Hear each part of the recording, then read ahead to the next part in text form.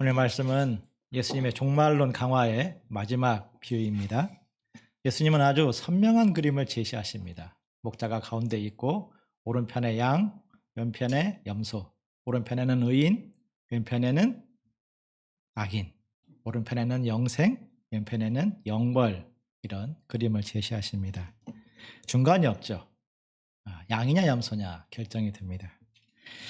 지금은 양과 염소가 섞여서 살고 있는데 누가 양이고 염소인지 잘 모르는데 그날이 오면 분명하게 구분이 되어지고 영벌과 영생, 극과 극의 세계로 갈라진다는 말씀입니다.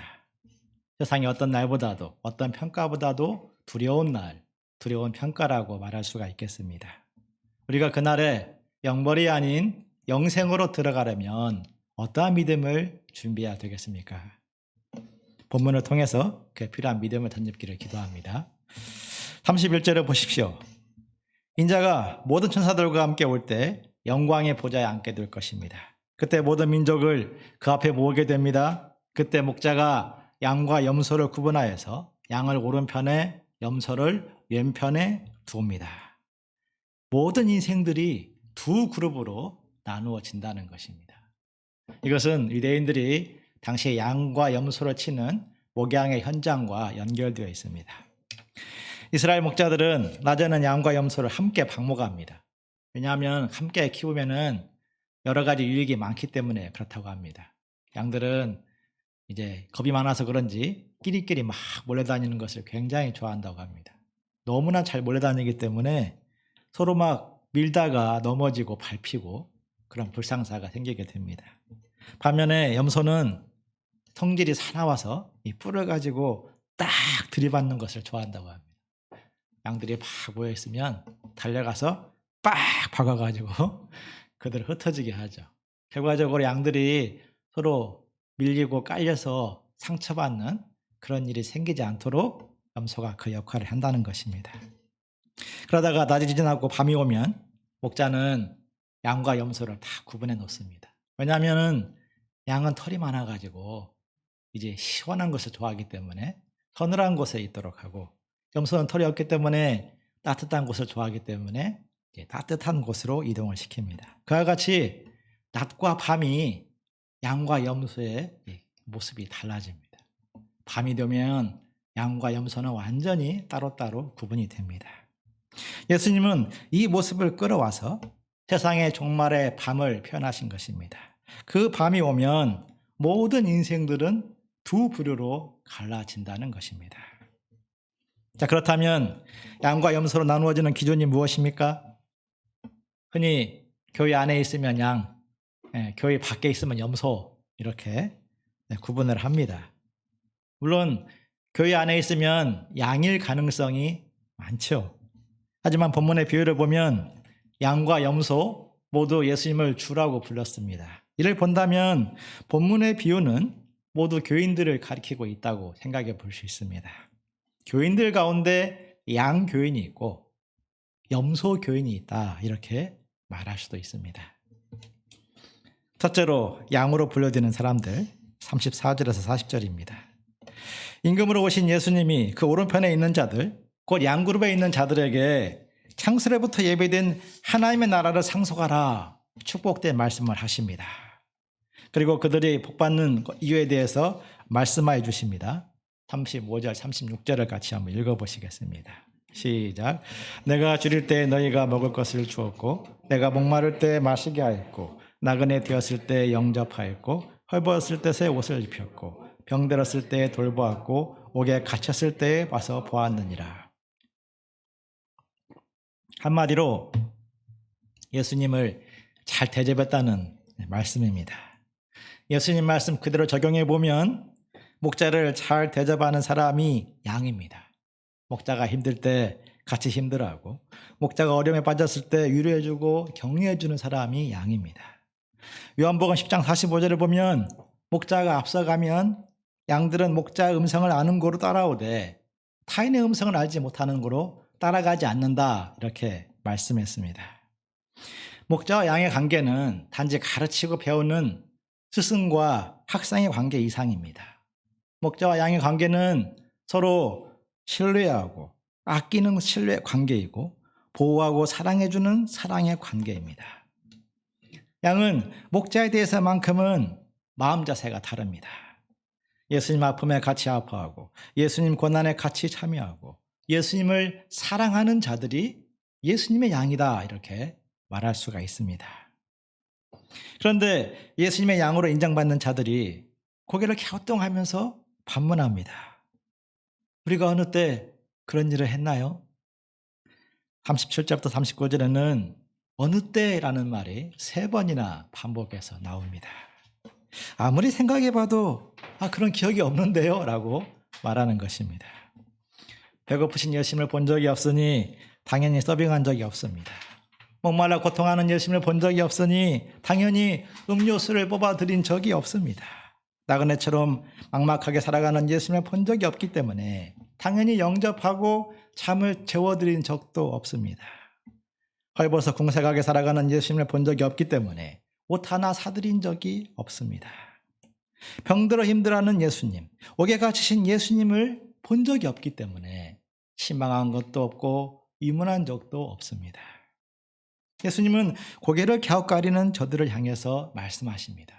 40절을 같이 읽어보시겠습니다. 시작. 임금이 대답하여 이르되 내가 진실로 너희에게 이르노니 너희가 여기 내 형제 중에 지극히 작은 자 하나에게 한 것이 곧 내게 한 것이라. 여기 내 형제 중에 지극히 작은 자 하나라고 말씀하십니다. 내 형제 중에 지극히 작은 자 하나가 누구이겠습니까? 당시 유대 사회의 주류 인사들은 예수님을 미워하고 박해했습니다. 당연히 예수님을 따르는 형제들에 대해서도 적대적이었습니다. 사도행전을 보면 박해하고 심지어 죽이기까지 했습니다. 그런 상황에서 누가 예수님을 따르는 형제 중 지극히 작은 자 하나, 거물급도 아닌 특별한 능력도 아닌 지극히 작은 자 하나를 대접하고 섬길 수가 있겠습니까? 특별한 은사가 있어서 병을 고쳐주는 사람도 아니고 미래를 예언해주는 능력도 없는 그런 사람이라면 왜 굳이 위험을 감수하고 시간 손해, 물질 손해 감수하며 그들을 영접하고 도와주겠습니까? 현실적인 보상을 기대하는 사람이었다면 대접할 수 없었을 것입니다. 세상 대부분의 섬김이 그에 따르는 보상을 기대하고 섬깁니다. 인맥을 쌓고 사업에 도움을 받고자 친절을 베풀고 섬깁니다. 봉사 점수를 얻기 위해서 시간을 짜내어서 봉사활동을 하기도 합니다. 그런데 지극히 작은 자 하나에 대한 그런 섬김은 그런 보상을 기대할 수 없는 것입니다. 나의 인맥이 되어줄 수 없고 긍휼과 사랑 대신 판단과 정죄를 쏟아붓기 쉬운 그런 사람을 말하고 있습니다. 오직 불쌍히 여기는 마음이 있어야만 섬길 수 있는 그런 사람을 의미합니다. 불쌍히 여기는 마음이 없다면 지극히 작은 자를 도울수록 문제에 빠질 수가 있습니다. 시간과 물질을 허비해버린 것, 공연한 수고처럼 느껴질 수 있기 때문입니다. 도움이 필요한 것을 뻔히 알면서도 외면해버리는 가장 큰 이유 중에 하나입니다. 정말 도와줘야 될 것을 알고 있는데 저 사람 돕는 것이 괜히 시간 손해, 물질 손해, 아무것도 기대할 수 없는 그냥 허비다 이렇게 생각이 들면 도와줄 수가 없습니다. 우리가 청년 복음 역사를 섬길 때 부딪히는 본질적인 어려움도 바로 이것입니다. 먹고 살기 힘든 현실 문제, 또 영적 소원을 갉아먹는 시대 분위기, 기독교에 대한 사회적인 여론의 악화, 여러 가지 문제가 있는 것도 사실입니다. 하지만 가장 근본적인 어려움은 투자한 만큼 거두고 싶은 마음, 수고한 만큼 되돌려 받고 싶은 마음이 불쌍히 여기는 마음보다 앞서는 것입니다. 내가 이렇게 해도 돌아온 거 아무것도 없는데 내가 왜 이들을 섬겨야 되는가? 그런 마음이 커져버리면 우리는 아무도 도울 수 없게 되는 것입니다. 사실은 누구나에게 그런 마음이 있습니다. 그런데도 왜 우리가 지극히 작은 자 하나를 섬겨야 되는 것입니까? 예수님이 우리를 불쌍히 여기셨기 때문입니다. 예수님은 12제자들을 전도여행 보내시면서 병든 자들, 귀신 들린 자들 고쳐주며 천국 복음을 전파하라 명령했습니다. 그리고 그때 예수님이 말씀하셨습니다. 마태복음 10장 8절입니다. 너희가 거저 받았으니 거저 주어라. 우리가 자격이 있어서 하나님의 나라를 받은 것이 아닙니다. 자격이 있어서 구원받은 것도 아니고 자격이 있어서 하나님 나라의 평생한 영적 비밀을 받은 것도 아닙니다. 우리 영혼이 추하고 빈곤하고 죽어 있을 때 예수님이 우리를 찾아오사 일방적으로 불쌍히 여기시고 주신 것입니다. 자기 목숨을 대속제물로 내어 주심으로써 죄와 죽음으로부터 우리를 구원하여 주었습니다. 우리가 허물과 실수, 죄악을 반복하고 있음에도 불구하고 우리를 자르지 아니하고 때마다 붙들어 주시고 이날까지 믿음 위에 살게 하신 것입니다. 긍휼을 받았으니 긍휼을 베풀기에 힘써야 됩니다. 예수님은 지극히 작은 자들을 섬기신 것을 주님에게 한 것과 동일시했습니다. 예수님은 부활하신 후에 자신을 3번 부인한 베드로에게 찾아가서 말씀했습니다. 요한의 아들 시몬아, 내가 나를 이 사람들보다 더 사랑하느냐? 내 어린 양을 먹이라. 그렇다면 지금 내가 섬기고 돌봐야 될 사람이 누구입니까? 어떤 사람은 목자님, 저에게서 도움받을 사람은 아무도 없습니다. 지금 도움받아야 될 사람은 바로 저입니다. 제 코가 석자입니다. 제가 제일 불쌍해요 라고 말하기도 합니다. 그런데 정말 그런 마인드로 살아가고 있다면 정말 불쌍한 인생이 되고 맙니다. 자기만 바라보며 자기 연민에 빠지지 말고 눈을 들어서 주변을 돌아봐야 됩니다. 내 주변의 사람을 지극히 한번 바라보십시오. 그냥 이렇게 쓱 보지 말고 그 사람의 인생을 지긋한 눈으로 바라보면 아, 정말 불쌍하구나 이런 마음이 들 수 있습니다. 저분이 뭐가 불쌍해? 저분은 나보다 편하고 나보다 행복할 거야. 그런 생각으로 보고 있다면 그에 대해서 관심이 없거나 또 인간적으로 비교하거나 또 인생 자체에 대해서 무지한 것입니다. 인생들은 누구나 불쌍합니다. 인생의 좋은 순간은 잠깐이며 대부분의 시절은 애틋합니다. 꽃다운 청년에게도 그러한 모습들이 있습니다. 경장에 짓눌려서 자기에게 있는 수많은 좋은 것들을 보지 못하고 마치 새장에 갇힌 새처럼 날개 꺾인 모습으로 살아가는 사람들이 참으로 많습니다.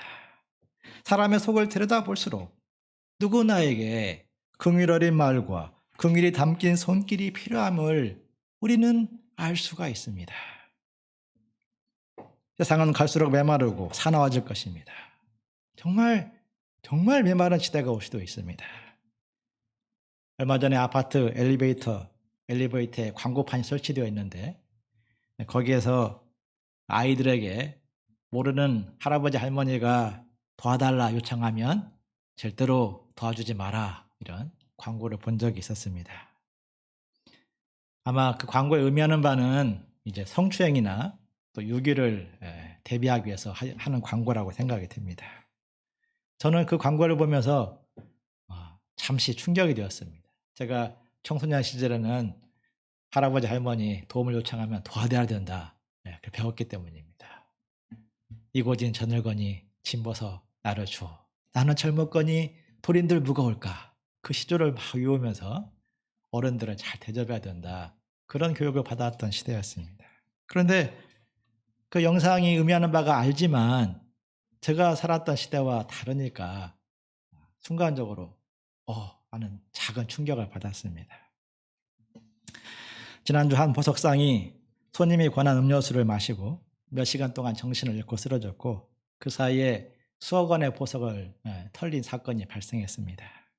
범인들은 그 사이에 CCTV 기록까지 다 수거해 갔습니다.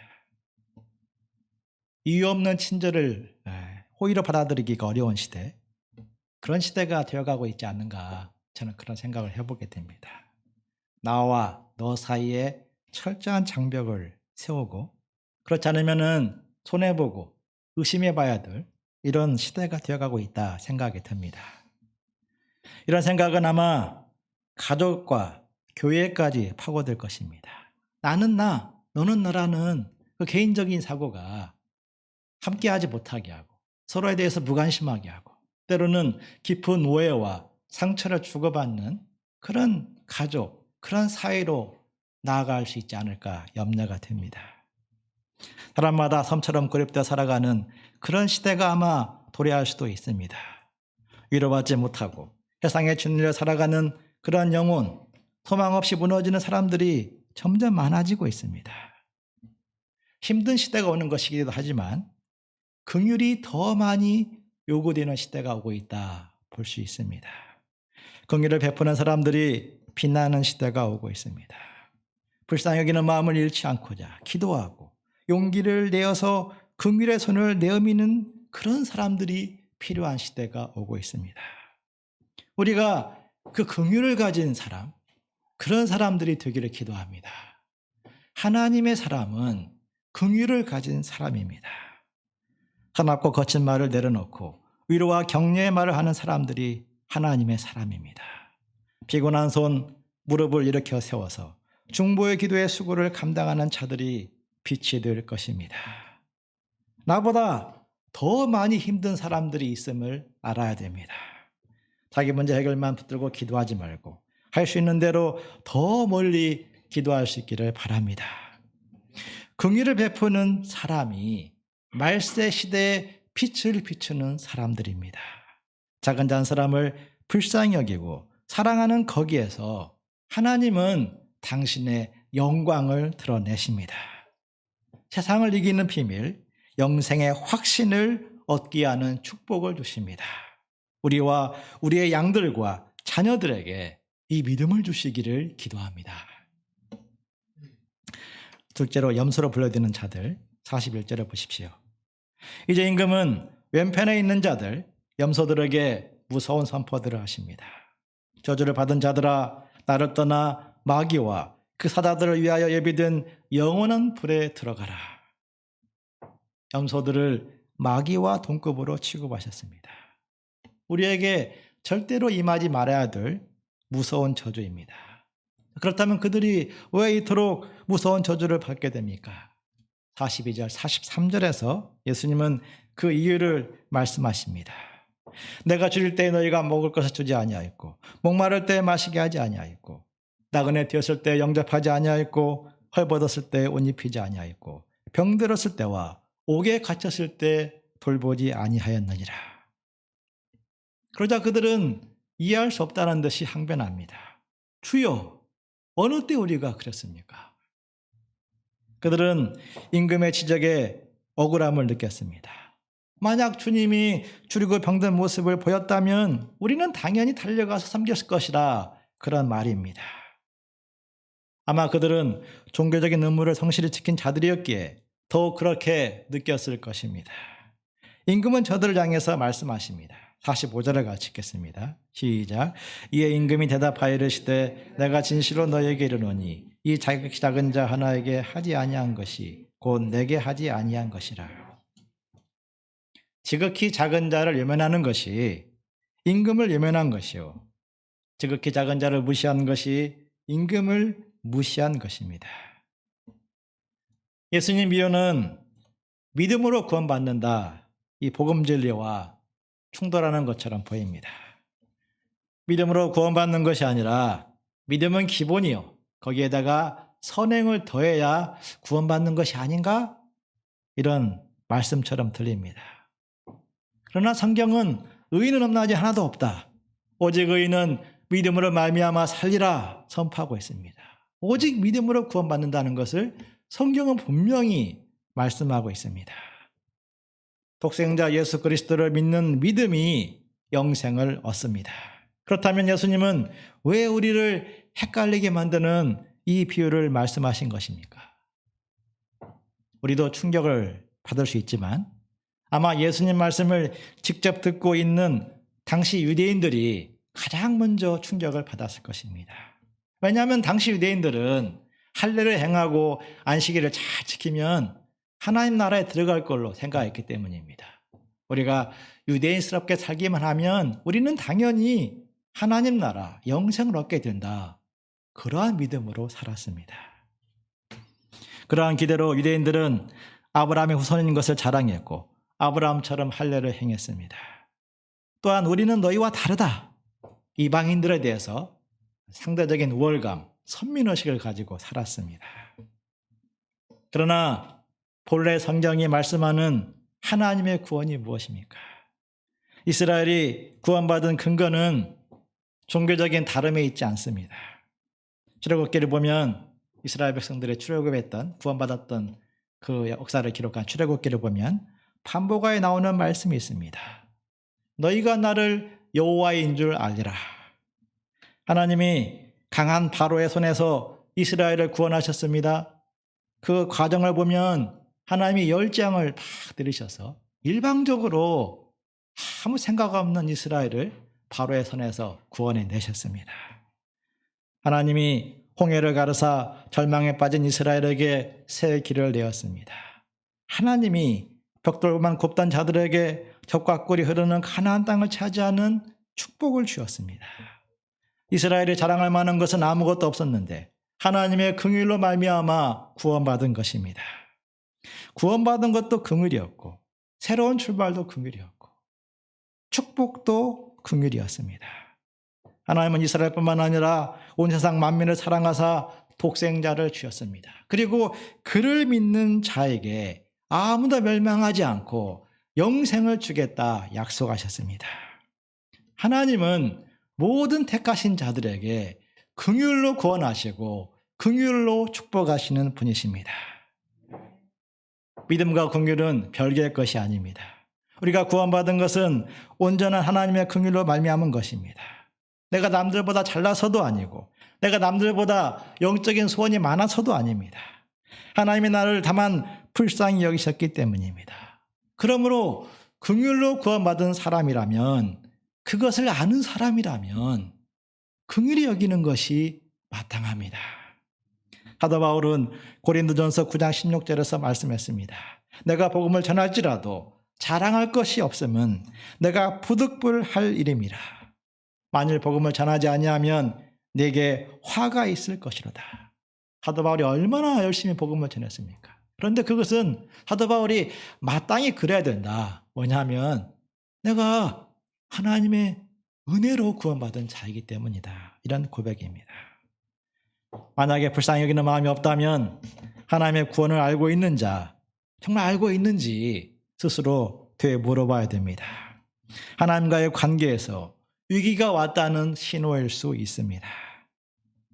은혜와 진리가 동전의 앞뒷면과 같은 것처럼 구원과 긍휼이 그러합니다. 구원의 믿음은 긍휼을 베푸는 생활로 나타나고 긍휼을 베푸는 생활은 하나님의 구원을 더 깊이 알고 하나님께 대한 감사를 더 풍성히 하게 만듭니다. 갈수록 세상은 자기를 사랑하고 돈을 사랑하고 쾌락을 사랑하기를 하나님 사랑하는 것보다 더할 것입니다. 믿음을 지키는 것이 결코 만만치 않은 세상이 되어갈 것입니다. 우리가 나쁜 짓 하지 않고 사는 것만으로 자족할 것이 아니라 그러면은 세상에 자꾸 밀리게 됩니다. 생명력을 잃고 스피릿을 잃어버립니다. 한 사람, 정말 내가 사랑해야 될 그 한 사람을 불쌍히 여기고 사랑하는 수고를 감당해야 됩니다. 그러면 이상하게 생명력이 생깁니다. 말씀이 더 깊이 깨달아집니다. 하나님을 사랑하는, 하나님을 체험하는 그런 믿음을 얻게 됩니다. 긍휼을 베푸는 삶을 통해서 우리의 믿음을 지키고 영생에 이르는 축복의 통로로 삼을 수 있기를 기도합니다. 46절은 종말에 대해서 마지막 말씀입니다. 같이 읽어보시겠습니다. 시작. 저들은 영생에, 의인들은 영생에. 네. 모든 인생에는 끝이 있습니다. 2020년 어제 시작한 것 같은데 벌써 마지막 달이 되었습니다. 이제 몇 주 후면 2021년이 시작이 됩니다. 그와 같이 우리들은 누구나 끝을 향해서 달려가고 있으며 언젠가 그리스도의 심판대 앞에 서게 될 것입니다. 그리고 그때 영벌이냐 영생이냐 둘 중에 하나의 판결을 받게 될 것입니다. 그날이 오기 전까지 사람들은 세상이 만든 혹은 스스로 만든 기준을 따라 사람들을 평가하고 스스로를 평가하고 또 평가를 받습니다. 세상에는 수많은 평가가 있습니다. 나이로 분류하기도 하고, 나이 많은 자, 나이 적은 자. 어떤 사람은 저에게 나이가 많다고 그러고, 어떤 사람은 저에게 아직 청년 목자라고 말하는 사람들도 있습니다. 또 성별로 분류하기도 하고, 또 체질로 분류하기도 합니다. 영남, 호남, 지역으로 분류하기도 하고, 또 보수와 진보, 진영으로 분류하기도 합니다. 능력을 따라서 또 시험을 따라서 평가하기도 합니다. 부자, 가난한 자, 똑똑한 자, 그렇지 못한 자, 막 평가를 하죠. 세상의 수많은 평가로 인해서 어떤 때는 마음이 막 우쭐해지기도 하고 어떤 때는 한없이 절망으로 비교의식으로 추락하기도 합니다. 그런데 그런 세상의 평가는 잠시입니다. 엎치락 뒤치락 바뀔 수 있습니다. 또한 세상의 평가는 흐르는 시간 속에서 중요하지 않는 것으로 드러나는 경우가 많습니다. 지금은 지혜롭다 칭찬받던 결정이 후에는 어리석은 결정으로 평가받기도 합니다. 능력자로 평가받던 인생이 어리석은 인생이 되기도 하고 어리석은 자로 평가받던 사람이 후에는 지혜로운 현자로 알려지기도 합니다. 그렇게 인생은 앞서거니 뒤서거니 하면서 그죠? 앞서거니 뒤서거니 하면서 막 달려가다가 똑같이 최종 종착지에 도달하게 됩니다. 그때가 중요합니다. 그때 그리스도의 심판대에 도달해서 최종 평가를 받는데 그 평가가 중요합니다. 인생은 이 점에서 공평합니다. 태어나고 살다가 끝을 맞이하는 것. 이것은 누구나 피해갈 수 없는 하나의 길입니다. 우리의 모든 관심은 하나님의 최종 평가에 두어야 됩니다. 이날의 영벌의 평가를 받으면 진짜 망한 인생이 되는 것이고 이 나라 영생에 들어가는 사람이 진정한 승자입니다. 우리들 누구나 승자가 될 수 있습니다. 세상은 극소수의 사람만 승자가 되지만 하나님의 나라에서는 누구나 승자가 될 수 있습니다. 그것은 나에게 지극히 작은 자, 그 한 사람을 불쌍히 여기는 거기에서부터 시작이 됩니다.